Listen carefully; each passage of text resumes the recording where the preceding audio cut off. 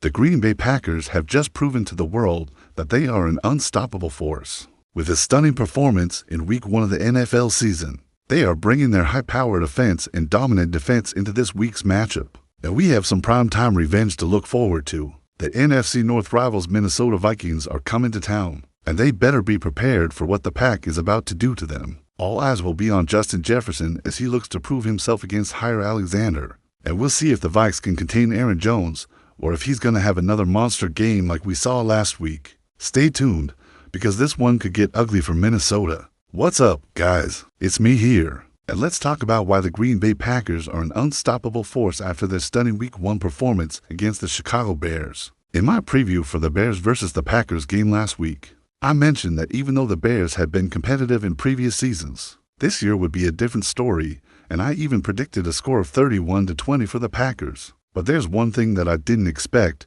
and that was the offensive explosion from the Packers, especially through the air. Many analysts were saying that Jordan Love wouldn't be able to put up big numbers against a good Bears defense, but Love proved them wrong by throwing for 255 yards and 3 touchdowns in the first half alone. The Packers had a balanced offensive attack with over 100 yards rushing and passing, and Love spread the ball around to 9 different receivers, showcasing the team's offensive capabilities. There's a lot to unpack from last week's game, so let's take a closer look at some of the highlights. In the first quarter, the Packers wasted no time in getting on the scoreboard as they marched down the field. On their opening drive, capped off by a 7-yard touchdown pass from Love to tight end Tyler Davis. This was a great start to the game as it sent a message to the Bears that the Packers were there to play football and weren't going to take anything for granted. On the following drive, the Bears were forced to punt, and the Packers took over at their own 44-yard line. From there, Love completed passes to Romeo Doubs and Christian Watson before hitting tight end Davis again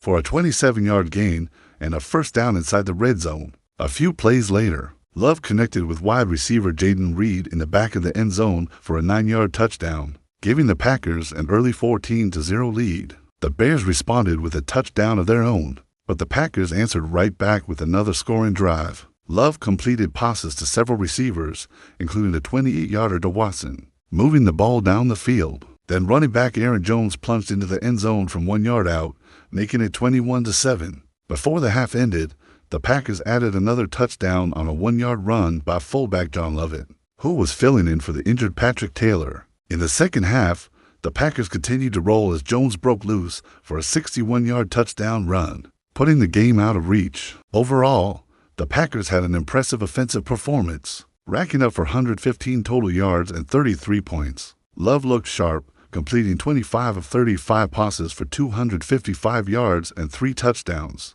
Jones was a workhorse on the ground, carrying the ball 23 times for 141 yards and 2 touchdowns. Wide receiver Watson made some big plays, catching for passes for 74 yards and a touchdown. Now, I want to talk about our defense because they did a fantastic job against the Bears, holding them to only 20 points despite the fact that they had a 17-point lead most of the game. It was still a solid performance. The Packers forced 2 turnovers, sacked the quarterback twice, and made several key stops when the Bears were driving. One of the standout players on defense was Jaire Alexander, who continues to be one of the best cornerbacks in the league. He shut down the Bears' top wide receiver, DJ Moore, limiting him to only 3 catches for 28 yards. Alexander was also involved in a key turnover when he forced a fumble that was recovered by the Packers. Another player who stood out on defense was linebacker Preston Smith, who had a sack and a forced fumble of his own. Smith has been a consistent performer for the Packers, and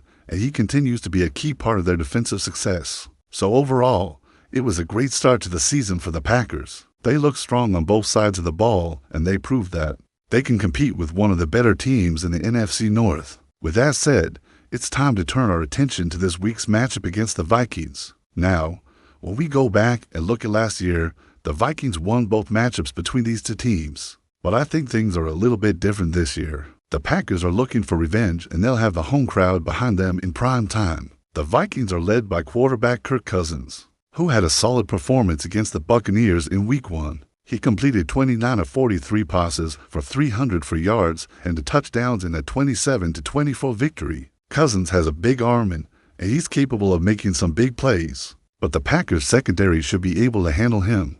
The Vikings also have a dangerous weapon in wide receiver Justin Jefferson, who is arguably the best receiver in the NFL right now. He's a tough matchup for any cornerback, and the Packers know it. In last year's games against the Packers, Jefferson had a combined total of 24 catches for 291 yards and 2 touchdowns, so he's already proven that he can make big plays against them. The Packers will likely use a combination of man and zone coverage to try and limit Jefferson's impact on the game. Alexander will likely be matched up against Jefferson for most of the game, and it'll be a battle between two of the best in the business. The Vikings also have a strong running game led by Dalvin Cook, who is one of the most dynamic backs in the league. Cook had a modest performance against the Packers last year, but he's still a threat to break a big play at any time. The Packers will need to contain Cook if they want to keep the Vikings' offense in check. On defense, the Vikings are led by Danielle Hunter and a pass rush that racked up 49 sacks last season. Hunter is a big,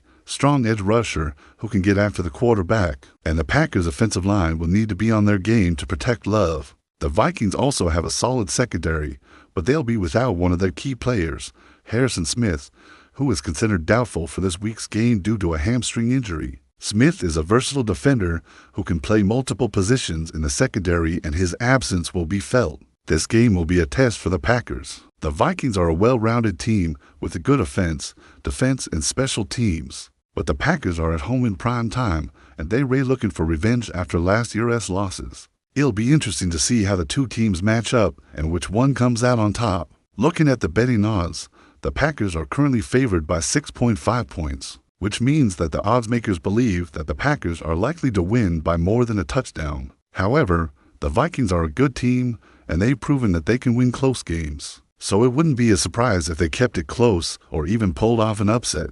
Personally, I think the Packers will win the game, but it won't be easy. The Vikings are a well-coached team with a lot of talent, and they won't go down without a fight. I think the Packers will win 27-20. What do you think? Will the Packers continue their winning ways against the Vikings, or will the Vikings pull off an upset?